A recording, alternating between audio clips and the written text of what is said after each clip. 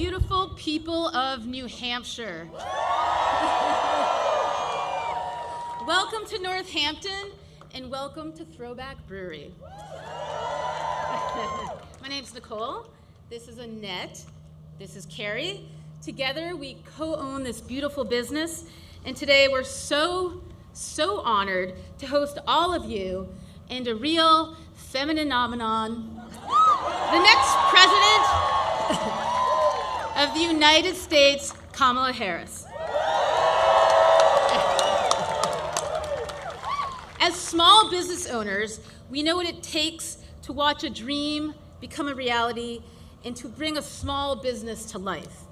It takes a lot of passion and tireless effort. It's not easy, but it is possible, and it all comes down to opportunity. In July of 2011, Annette and I started selling beer in a little warehouse across the street here on the seacoast of New Hampshire. 4 years later, we dragged this one in, and this small women-owned business opened the doors of our restaurant for the very first time. After years of very, very hard work, look at us now. We're located on this gorgeous 12-acre farm with a hop yard, chickens, pigs, goats, donkeys, of course, and solar panels that help power our brewery. Solar panels that I should add, where we were able to install because of a REAP grant. We have a new, I don't even know where we are, climate battery coming. Everything's all different. We have a climate battery coming thanks to the funding from the administration and Vice President Harris. All of this has been possible because we had the opportunity to chase this dream and to make it succeed. We are able to expand this current location in part thanks to this administration's credit initiative for small businesses and the American Rescue Plan. Over the past decade, we have certainly grown, but our core values of sustainability, of community building, of inclusiveness, and kindness have not changed. As a small business, we've never ever stepped out into the political arena. But at this point, we kind of figured, do we have a choice? It's a choice we have on one side between accepting and appreciating differences, leading with love and openness and empathy, versus a side that thrives on hate and fear tactics. So it's not really a choice to us, it's a no-brainer.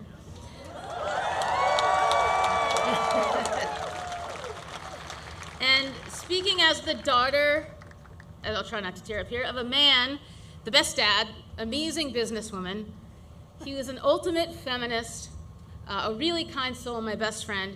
He was also a lifelong Republican, my dad.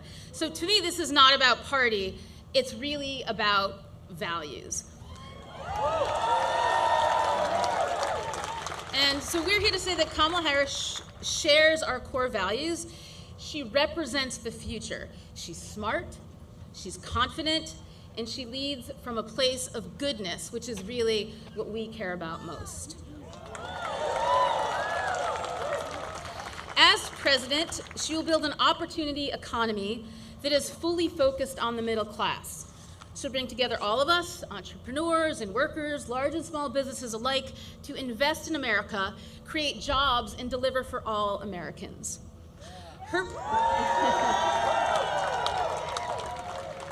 Her proposal to cut red tape will make it easier for Throwback Brewery and small businesses like ours to grow and hire more workers. She'll make it easier for more dreams to become a reality. Yeah, you can clap, that's all right. Yeah. She represents the best of us, and New Hampshire, we are not going back to the fear and hatred. It's time for a new way forward. Now it is. We're not going back. We're not going back. We're not going back. We're Yeah. All right. Thank you. That was pretty good. Now it is truly, honestly, really, truly our distinct pleasure to introduce a real champion for small businesses, for entrepreneurs, for working people, and for all of us here in New Hampshire and across the nation. Vice President Harris is the daughter of a working mother who grew up in a middle-class neighborhood. She believes that when the middle class is strong, America is strong. She has made clear that building up the middle class will be a defining goal of her presidency. Vice President Harris and Governor Walz will deliver for Americans who are looking for a new way forward. They're fighting for an America where everyone has the opportunity to succeed, the opportunity to build a business and create a better life, the opportunity to not just get by, but to get ahead. Please join us in welcoming to New Hampshire the next President of the United States, Kamala Harris.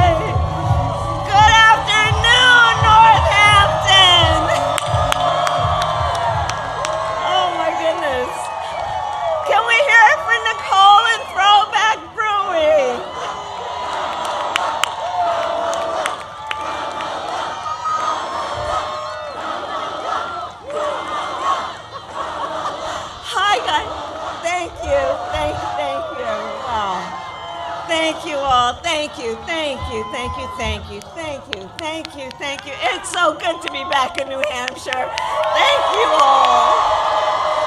Thank you. And Doug sends his love to everyone as well.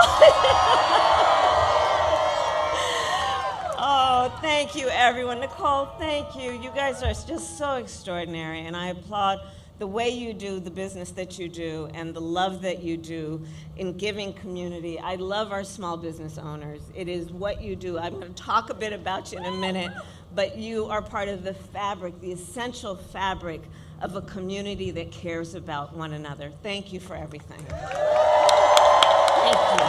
Thank you. And thank you to the outstanding congressional delegation, Senators Shaheen, Hassan, Representatives Pappas and Custer, and all the leaders who are here today. Thank you all. Thank you all for taking the time to be here this afternoon. Thank you, everyone. Thank you. So before I begin, I do want to say a few words about this tragic shooting that took place this morning in Winder, Georgia. We're still gathering information about what happened, but we know that there were multiple fatalities and injuries. And, you know, our hearts are with all the students, the teachers, and their families, of course, and we are grateful to the first responders and the law enforcement that were on the scene. But this is just a senseless tragedy on top of so many senseless tragedies. And it's just outrageous that every day in our country, in the United States of America, that parents have to send their children to school worried about whether or not their child will come home alive.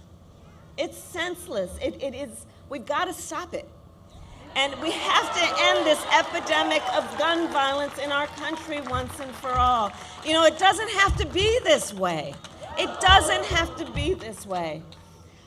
So we will continue, of course, to send our prayers and our thoughts to the families and all those who were affected, including, you know, I'm going off script right now, but listen, I mean, you know, at the last year, I started a college tour, and I traveled our country meeting with our young leaders, right? And so it was college-age young leaders. So I did trade schools, colleges, universities, community colleges. By the way, I love Gen Z. I just love Gen Z. Right? But I'll tell you, one of the things that I asked every time I went to the auditorium, and it would be filled with these young leaders, students, and I'd ask them, raise your hand if at any point between kindergarten and 12th grade you had to endure an active shooter drill. And for the young leaders who are here who are raising their hand, I'm telling you, every time the auditorium was packed and almost every hand went up. You know, a lot of us, I'll speak about myself, you know, we had, well, I grew up in California, earthquake drills, we had fire drills, but our kids are sitting in a classroom where they should be fulfilling their God-given potential, and some part of their big, beautiful brain is concerned about a shooter busting through the door of the classroom. It does not have to be this way. It does not have to be this way. And, you know, this is one of the many issues that's at stake in this election. So New Hampshire, look, we have 62 days to go. 62 days to go. And I'm going to tell you what you already know. This race is going to be tight until the very end. So please, let's not pay too much attention to the polls, because we are running as the underdog. We know what they're capable of on the other side. The only thing we can take for granted is the love that we as Americans have for each other, knowing we have so much more in common than what separates us. And we've got some hard work ahead, but we like hard work. Hard work is good work. Hard work can be joyful work. And so we are up for the task, and with your help, we will win in November. We will win in November. And that, in large part, is because we know what we stand for, and when you know what you stand for, you know what to fight for. We love our country, and we believe in the promise of America. That's so much of what I think brings us all together this afternoon. We believe in the promise of America, and that includes a topic we're going to discuss today, which is what I call an opportunity economy, building an opportunity economy. And my vision of an opportunity economy is one where everyone can compete and have a real chance to succeed, where everyone, regardless of who they are, where they start, can build wealth, including intergenerational wealth, where workers are treated with dignity and everyone has the freedom to join a union if they choose,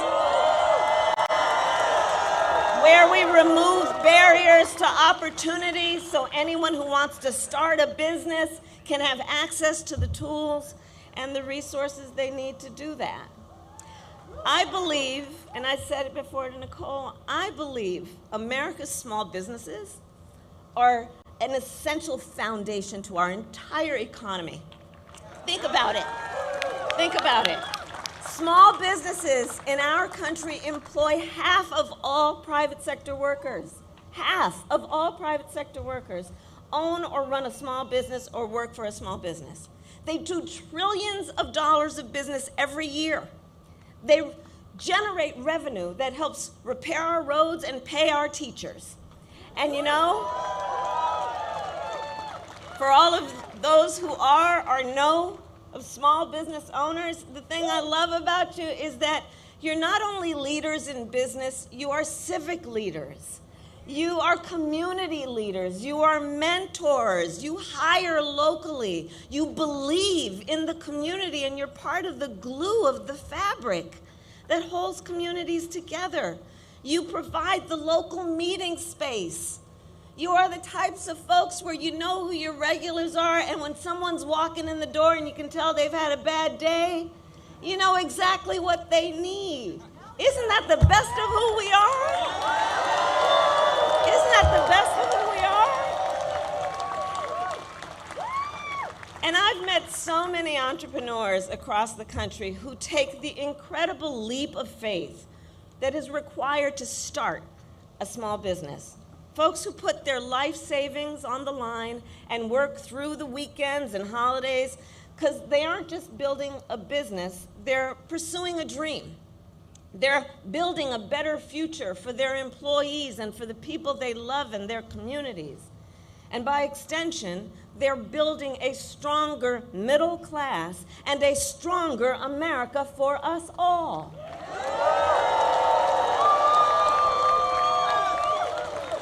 And so all of this is why, as president, one of my highest priorities will be to strengthen America's small businesses. And here I am in New Hampshire to announce a few elements of my plan to do that.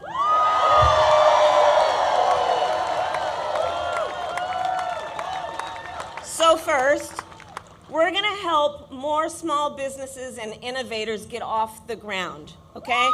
Now, I'm setting what some, I'm sure, are going to call a very ambitious goal, but you know what? I think we should admire ambition in each other.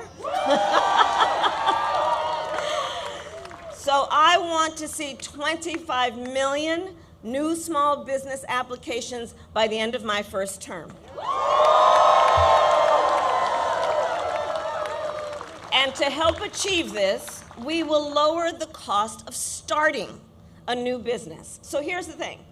On average, it costs about $40,000 to start a new business in America. That is a great financial barrier for a lot of folks, and it can hold entrepreneurs back. And the current tax deduction for a startup is just $5,000, okay? So then you gotta make up the delta there. Gotta figure out how you're gonna do that. Not everyone has access to that kind of wealth and capital. So, part of my plan is we will expand the tax deduction for startups to $50,000.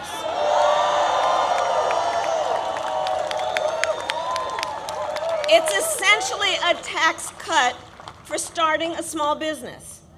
Second, my plan will help existing small businesses grow. We will provide low and no interest loans to small businesses that want to expand, and we will, and this is very important, cut the red tape that can make starting and growing a small business more difficult than it needs to be. More difficult than it needs to be. For example, we will make it cheaper and easier for small businesses to file their taxes. Similar to how individuals can take a standard deduction. You know, I said to my team, kind of like, now I'm going to date myself again because they no longer do it, but kind of like you remember the 1040 EZ? Like that kind of idea, right? Like, let's just take away some of the bureaucracy in the process to make it easier for people to actually do something that's going to benefit our entire economy. Third, my plan will invest in small businesses and innovators throughout America, and here's why. We know that talent exists everywhere in our country, from rural towns to city centers. But not everyone has access to the financing, to venture capital, or expert advice. It's not that they don't have the skills, it's not that they don't have the work ethic. It's access to these resources. So under my plan, we will expand access to venture capital, we will support innovation hubs and business incubators, and we will increase federal contracts with small businesses. And we will have a particular focus on small businesses in rural communities, like right here in New Hampshire.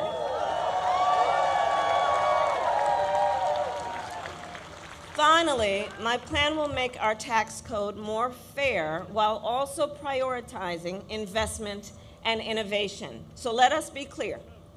Billionaires and big corporations must pay their fair share in taxes.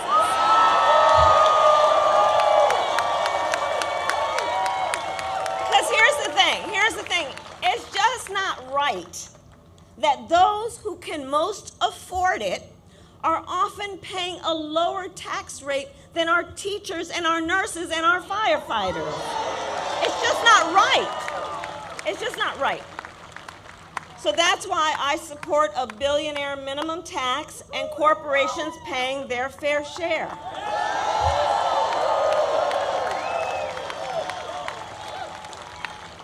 And while we ensure that the wealthy and big corporations pay their fair share, we will tax capital gains at a rate that rewards investment in America's innovators, founders, and small businesses. So here's the detail. If you earn $1 million a year or more, the tax rate on your long-term capital gains will be 28% under my plan, because we know when the government encourages investment, it leads to broad-based economic growth and it creates jobs, which makes our economy stronger. Now compare that to what Donald Trump plans. He intends to cut off federal programs that give loans to small businesses.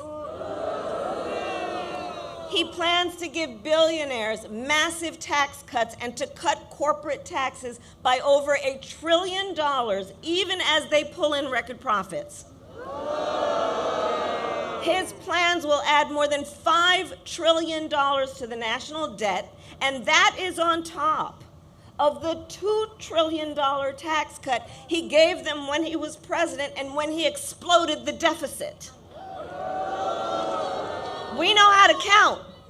We know how to count. And now he also wants to impose what in effect is a national sales tax on everyday products and basic necessities, which will skyrocket the cost for families and small businesses. And New Hampshire, on top of all of this, if Donald Trump were to win in November, he intends to end the Affordable Care Act, which would significantly increase costs on small businesses, as we know. And, well, you know what? The courts are going to handle that, and we will handle November. How about that? How about that? That's how we'll handle that. How about that? But think about it. It wants to end the Affordable Care Act, taking us back to a time when insurance companies could deny people with pre-existing conditions. You remember what that was? Children with asthma, breast cancer survivors, grandparents with diabetes. So, yeah, look, we are here to tell him and them we are not going back. We're not going back. We're not going back.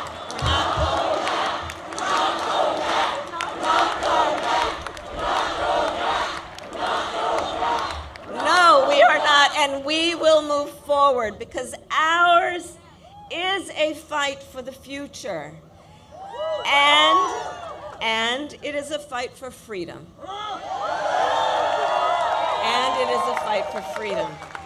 Now, I don't have to tell the folks of New Hampshire, the live free or die state, you know the importance of individual freedoms, fundamental freedoms. You know how hard people fought for these freedoms and that they are foundational to who we are and what we stand for as America, including the fundamental freedom of a woman to make decisions about her own body and not have her government telling her what to do.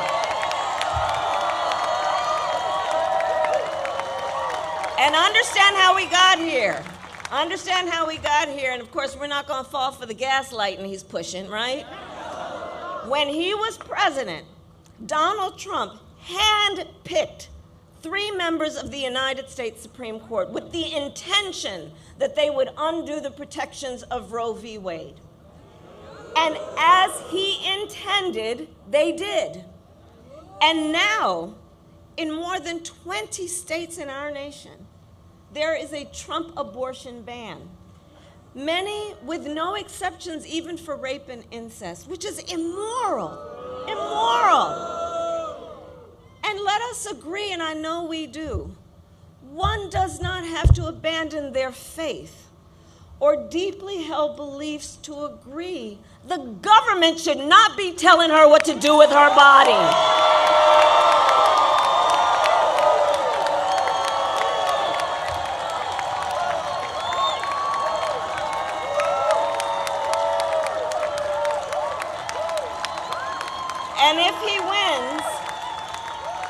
And if he wins, you can be sure Donald Trump will go further. And he will sign a national abortion ban. And you know, Project 2025, which I mean, can you believe they put that thing in writing? And under Project 2025, he would create a national anti-abortion coordinator, which would force states, I mean, this is unbelievable, right? Which would force states to report on women's miscarriages and abortions. You know what they are making really quite clear? They just don't trust women. They just don't trust women. But we trust women. We trust women. And when Congress passes a bill to restore reproductive freedom as President of the United States, I will proudly sign it into law.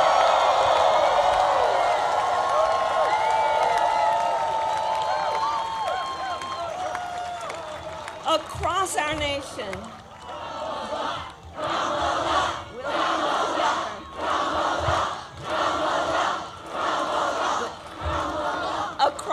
nation, across our nation, and I've been traveling for many, years actually, and certainly months most recently. Across our nation, I'm telling you, we are witnessing a full-on attack on hard-fought, hard-won fundamental freedoms and rights, including the freedom to vote, the freedom to be safe from gun violence, the freedom to breathe clean air and drink clean water, the freedom to love who you love openly and with pride.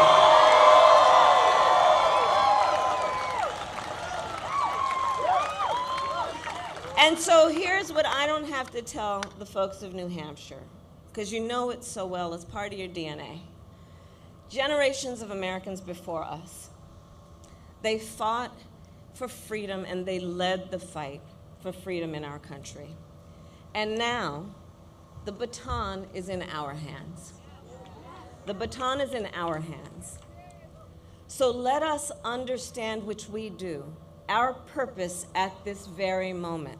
Let us remember the broad shoulders upon which we stand and the traditions of this very fight that have led to what we have been able to accomplish. And let us understand then that when we say fight, it is a fight for something, not against something. It is for something. That's what we're talking about when we talk about a new way forward. This is for something. And so, as an example, let us finally pass the John Lewis Voting Rights Act and the Freedom to Vote Act.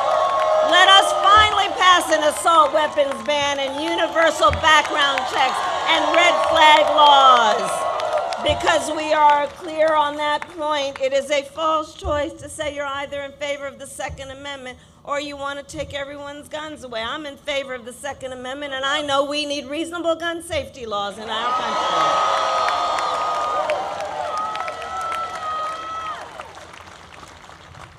And And there's another point that I'd like to stress about this election in 24.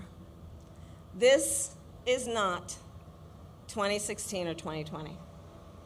The stakes are even higher this time for a number of reasons, but I'm going to mention one in particular. What the Supreme Court recently did when they basically just told the former president that going forward, he will effectively be immune no matter what he does in the White House. But let's take this seriously and understand what it means. Before, at least, there might have been the threat that there would be consequence and accountability. With that ruling, what this means is that almost explicitly he has been told no consequence. And imagine, just imagine Donald Trump with no guardrails. Just imagine with no guardrails. He has openly vowed to be a dictator on day one. He has said he would end the independence of the Department of Justice, the United States Department of Justice, so he could have the unchecked power to seek vengeance against people who disagree with him. He even called for, I'm going to quote now, the termination of the Constitution of the United States of America. Let us be very clear.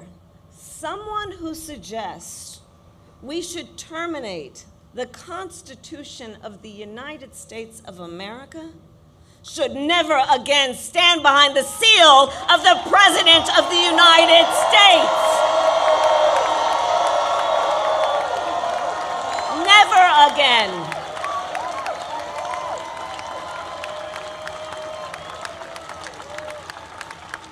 So I'll end where I started. When it comes down to it, we are all here together because we love our country. We love our country. And we know the privilege and pride that comes with being an American. And I do believe it is one of the highest forms of patriotism to fight for the ideals of our country. That is how we realize the promise of America.